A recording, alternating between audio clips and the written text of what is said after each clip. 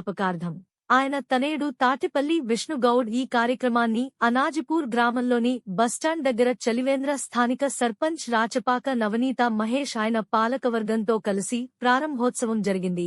ఈ కార్యక్రమానికి ముఖ్య అతిథులుగా అబ్దుల్లాపూర్పేట్ మండల రెవెన్యూ అధికారి సుదర్శన్ రెడ్డి హాజరు కావడం జరిగింది. అనంతరం ఎంఆర్ఓ సుదర్శన్ రెడ్డి మాట్లాడుతూ గ్రామాలలో ఎండాకాలం చలివేంద్రాలను ఏర్పాటు చేయడం వల్ల గ్రామ ప్రజలకు మంచినీటి తాగించడం ప్రజలకు మేలు చేసినట్టు ఇలాంటి కార్యక్రమాలు చేయడం వల్ల గ్రామాలు తొందరగా డెవలప్మెంట్ కావడం ఆయన అన్నారు. ఒక మనిషి ద్రోహాన్ని తీర్చాలంటే గ్రామాలలో చలివేంద్రాల సెంటర్లు ఏర్పాటు చేయడం వల్ల గ్రామానికి మంచి పేరు చూస్తుందని ఎంఆర్ఓ అన్నారు.